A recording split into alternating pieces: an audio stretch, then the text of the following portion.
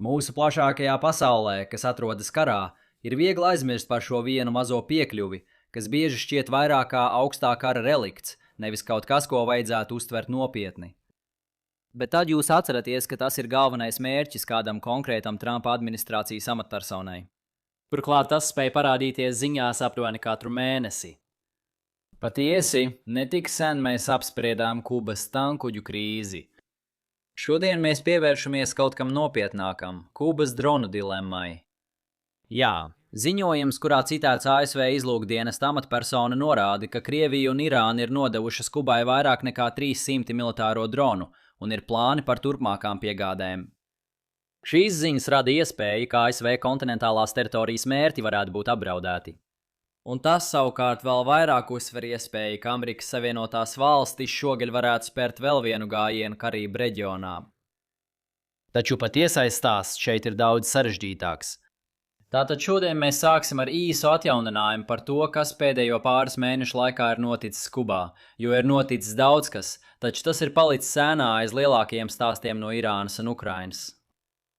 Pēc tam es aprakstīšu, kas ir ziņojumā, un es neko neslēpšu, jo ziņojumā ir izlaista būtiska informācija, kas ir nepieciešama, lai patiesi saprastu reālos draudus. Tomēr, tā kā par šo tēmu nav labāka atspoguļojuma, mēs pēc tam apspriedīsim, kāpēc Krievija un Irāna varētu izvēlēties šādu stratēģiju. Tur saruna mēdz aizvirzīties uz ierobežotajiem Patriot resursiem, bet mēs to drīz vien atspēkosim. Visbeidzot, mēs noslēgsim ar vispārīgāku komentāru par dronu revolūciju.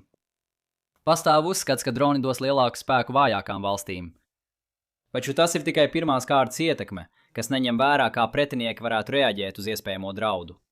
Un šīs reakcijas var padarīt vājākas valstis vēl sliktākā situācijā nekā pasaulē, kur droni vienkārši neeksistētu. Bet sāksim ar īsu pārskatu par to, kas notiek Kubā. Jūs atcerēsieties, ka pēc tam, kad Amerikas Savienotās valstis veiksmīgi gāza bijušo tehniski joprojām Venecuēlas prezidentu Nikolasu Maduro, ASV jūras spēki noteica Kubai jūras blokādi, liedzot salai īpaši importēt jebkādu naftu. Šis nav joks. Kuba importē apmēram 60 līdz 70% no savām vajadzībām, atstājot milzīgu deficītu. Benzīns kļuva neiedomājami dārgs lielākajai daļai iedzīvotāju, un valstī sāka notikt regulāri elektroenerģijas pārrāvumi. Marta beigās Krievija uz savu nosūtīja vienu tankuģi, kas izraisīja spekulācijas par to, vai mums būtu Kubas tankuģu krīze, ja Amerikas Savienotās valsts mēģinātu to pārtvert. Donalds Trumps tomēr atkāpās, formāli atsaucoties uz humāniem apsvērumiem, iespējams saistītiem ar pārtiku, tādējādi ļaujot tankuģim izkraut ļoti nepieciešamo naftu. Tomēr tas bija tikai pagaidu risinājums, kas Kubai deva ne vairāk kā pāris nedēļas papildus degvielas. Kopš tā laika ir pagājuši gandrīz 2 mēneši, un nav apstiprinātas nekādas turpmākas piegādes. Krievija aprīļa sākumā nosūtīja uz Kubu otro tankuģi, taču tas pēdējo mēnesi ir pavadījis stāvot uz vietas Atlantijas okeāna vidū. Tas liecina, ka Kremļa pārstāvji neusticas Meksikas ēdienu mēmiem un nevēlas otro reizi ieviest blokādi. Tikmēr CIP direktors Džons Ratklifs kopā ar vismaz 3 amatpersonām ar ļoti izplūdušām sejām pirms nedēļas apmeklēja Kubu. Acīm redzot, pastāv ilgstošs drauds, ka Amerikas Savienotās valstis mēģinās atkārtot īpašo Maduro operāciju, šoreiz izvēloties tuvāku Karību jūras mērķi. Lai gan es nekad neesmu tieši jautājis Kubas vadībai, vai viņi vēlētos, lai tas notiktu, es neticu, ka viņi to vēlētos. Un ja jūs būtu viņa vietā, jūs iespējams sāktu meklēt veidus, kā atturēt Amerikas Savienotās valstis no mēģinājuma. Ar to mēs tagad varam ķerties pie pašreizējā ziņojuma. Ziņa izplatījās svētdien, kad Axios atsaucās uz augsta ranga ASV amatpersonu, kura savukārt nopludināja slepenu izlūku informāciju. Citāts. Kuba ir iegūsi vairāk nekā 300 militāro dronu un nesen sākusi apspriest plānus tos izmantot uzbrukumiem ASV bāzei Guantanamo līcī, ASV militāriem kuģiem un iespējams arī Kīvestai. Kopš 2023. gada sala iegādājas uzbrukuma dronus ar dažādām spējām no Krievijas un Irānas, un pēdējā mēneša laikā Kubas amatpersonas ir lūgušas Krievijai vēl vairāk dronu un militārā aprīkojuma. Labi, ļoti interesantas lietas. Un labi, ka Axios par to ziņoja. Taču šeit trūkst būtiskas informācijas. Ikvienam, kurš ziņo par nacionālās drošības jautājumiem, būtu jāapzinās, cik būtiska ir trūkstošā informācija, un arī ASV amatpersonai, kas nopludina šo informāciju, būtu jāzina atbildes uz šo jautājumu, ja šī amatpersona ir īsta. Tomēr raksts klusē. Īpaši es vēlētos zināt, kāda tieša veida drona skuba ir iegūsi. Šobrīd drons ir vispārīgs termins, kas daudz nepasaka par tā uzbrukuma spējām, tikai to, ka neviens fiziski neatrodas uz borta. Daži no tiem pat tiek izmantoti tikai izlūkošanai, un tiem vispār nav nekādu uzbrukuma spēju. Tikmēr vienā no nāvējošā spektra galiem parasts kvadrokopters arī ir drons. Tomēr 300 kvadrokopteri ir joks. Es domāju, es tiešām smietos, ja kāds no nacionālās drošības aprindām to uztvert nopietni. Apmācību laikā dronu pilots parasti dienā sabojā 5 līdz 10 dronus. Lai mēs neaizmirstu, ka es to zinu no personīgās pieredzes. Ja jūs būtu ārkārtīgi optimistisks, domātu, ka 10 dienu apmācība būs pietiekama un vēlētos, lai pēc tam paliek 100 droni, ko izmantot kaujā, tad jūs varētu apmācīt 4 pilotus. Un dienas beigās viss, ko jūs ar tiem varat izdarīt, ir izveidot dažus mazus caurumus objektos Guantanamo līcī. Varbūt, ja jums ārkārtīgi paveiktos un ASV dienesta personāls uzbrukuma dienā vienkārši pastaigātos pa bāzi, jūs varētu radīt dažus upurus. Bet, kā jau teicu, tas ir joks. Ziņojumā norādīts, ka Kīvestas pilsēta Floridā būtu potenciāls mērķis, kas atrodas aptuveni 160 km no Kubas. Ir grūti atrast parastu Krievijas dronu ar aptuveni tādu pašu darbības rādījusu. Ja uzticamies pieņēmumiem par tehniskajiem parametriem, tad Zala Z54 ir visatbilstošākais variants. Tā kravnesība ir no 15 līdz 25 kg, un maksimālais darbības rādijus ir 200 km. Tas nozīmētu mērķa rādījusu, kas izskatās šādi. Bet ņemiet vērā, ka Kīvestā dzīvo tikai aptuveni 27,000 cilvēku, un tipiskais šahed drons spēj nest 50 kg lielu kravu. Tāpēc esmu nobažījies, bet ne īpaši nobijies. Daudz interesantāk būtu, ja mēs runātu par īstiem šahed droniem.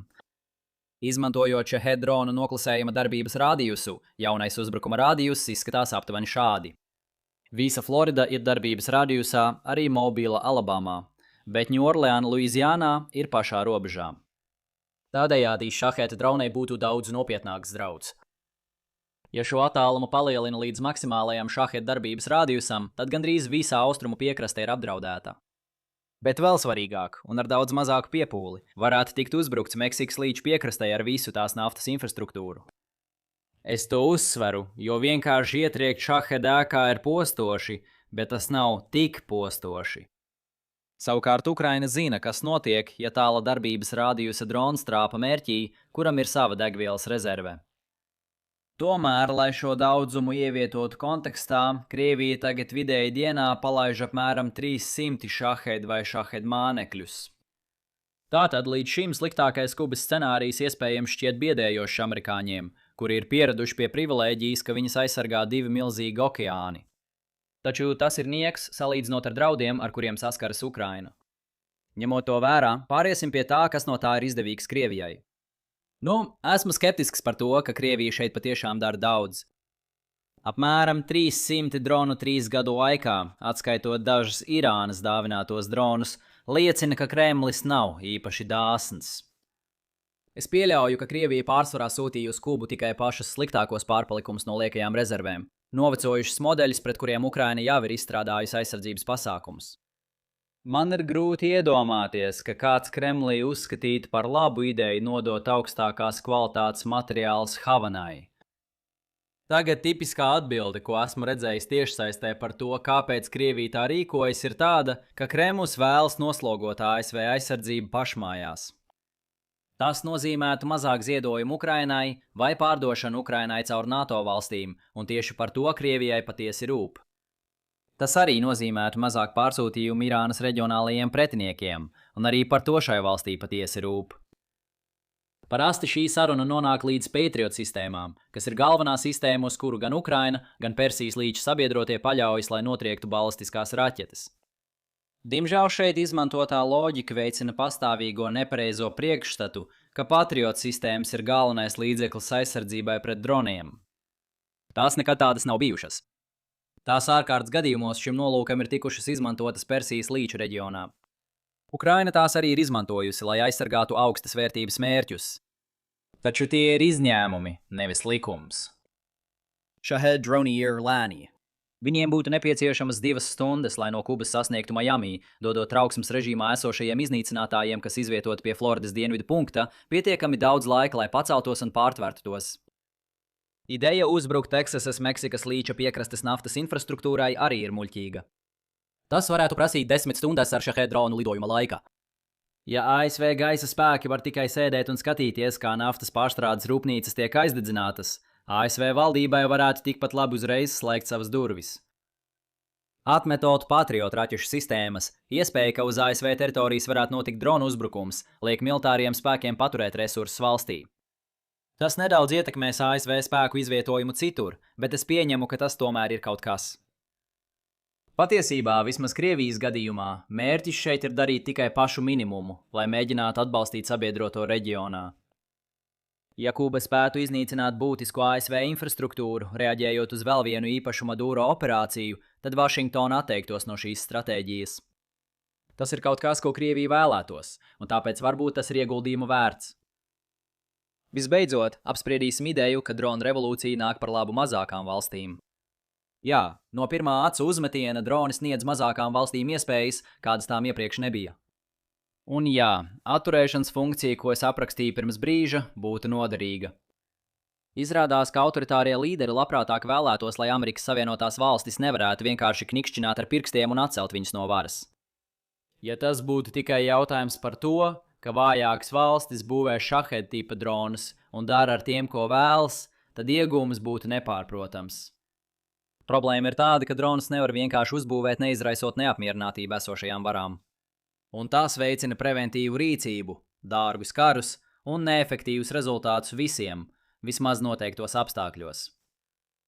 Tajā pašā dienā, kad parādījās ziņas par Kubu, es savā 2. kanālā publicēju lekciju par bruņojumu kontroli kā daļu no ievada starptautiskajās attiecībās atskaņošanas saraksta, kas man tur ir.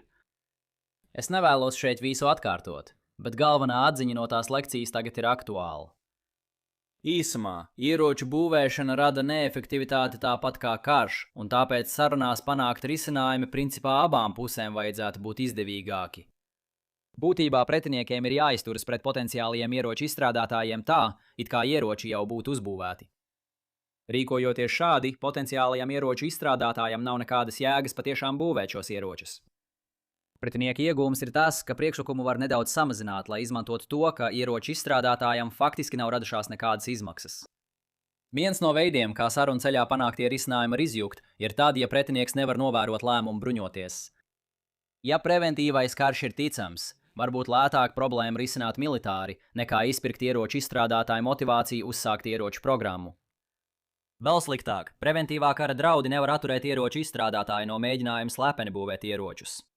Tas savukārt mudina pretinieku uzsākt preventīvos karus, pat nezinot, vai ir kāda ieroču programma, ko iznīcināt. Rezultātā viss beidzas ar katastrofu. Kubas dronu dilemma ir īpaši satraucoša, jo ieročus ir ļoti viegli slepeni nogādāt galamērķī. Tie ir mazi, un tāpēc vienīgais reālais veids, kā liekt Kubai tos iegūt, ir pilnībā izolēt salu, pārbaudīt katru kuģi, kas dodās uz Kubas ostu, un aizturēt ik vienu, kurš pārkāp šo noteikumu. Šis nav preventīvs karš kinētiskā nozīmē, taču tā joprojām ir ļoti dārga rīcība visām iesaistītajām pusēm. Un vienmēr pastāv bažas, ka Amerikas Savienotās valstis varētu uzskatīt režīma maiņu par lētāku ilgtermiņa risinājumu šai problēmai. Tomēr es to raksturotu kā nākotnes bažas, nevis pašreizējās. 300 droni, kas ir nosūtīti uz Kubu, visticamāk nav nekas nopietns. Un, ja vien nav informācijas, ka uz salu tiek sūtīts daudz lielāks dronu daudzums, un šie droni ir tuvāki augstākās klases modeļiem, tad draudi Amerikas Savienotajām valstīm ir minimāli. Turklāt ir grūti iedomāties, kā Krievija vai Irāna varētu sniegt šādu palīdzību, ņemot vērā viņa pašreizējo situāciju. Tāpēc es šo jautājumu pagaidām atliekšu no stratēģiskā viedokļa.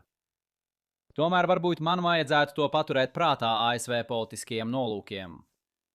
Ir daudz spekulāciju, ka šī bija sankcionēta noplūde no Trumpa administrācijas. Būtībā Baltais nams vēlas iegūt sabiedrības atbalstu režīmu maiņai, un tas ir daļa no naratīvu veidošanas. Es nezinu, varbūt tā ir taisnība. Bet es teikšu tā, es tikko 5 minūtes skaidroju, kāpēc ziņojumā ir maz detaļu, kas norādītu, ka tas ir nopietns drauds ASV teritorijai. Tas nav tas, ko es nopludinātu, ja patiešām vēlētos iegūt atbalstu iebrukumam Kubā. Es vai nu atklātu nopietnāku informāciju par šahed droniem, vai arī iesūtījumos būtu tikai vairāki kvadrokopteri, es nemaz neko nenopludinātu. Izvērtējiet to, kā vēlaties. Runājot par secinājumiem, kādas ir mūsu galvenās atziņas šodienai? Kuba atkal ir politiski un ekonomiski uz sabrukuma robežās. Daži Krievijas un Irānas droni ir nonākuši Kubā, taču nekas nav atklāts, kas liecinātu, ka tie būtu nopietns drauds Amerikas Savienotajām valstīm. Krievija un Irāna iespējams mēģina to darīt, lai piespiestu ASV aizsardzības spēkus turēt tuvāk pašu teritorijai, lai gan šī stratēģija nav tik efektīva, kā varētu šķist. Un šeit ir nopietnas bažas par preventīvu karu, kas jāņem vērā nākotnē. Tikmēr, ja vēlaties uzzināt vairāk par šo bruņojumu kontrolas scenāriju, apskatiet iepriekš minēto lekciju. Tas ir daudz sarežģītāk nekā es tikko aprakstīju, jo tas var novest gan pie kļūdaina preventīva kara, gan pie veiksmīgām varas maiņām. Un, ja jums patika šodienas video, lūdzu nospiediet patīk, dalieties ar to un abonējiet kanālu. Un tiekamies nākamreiz. Rūpējieties par sevi!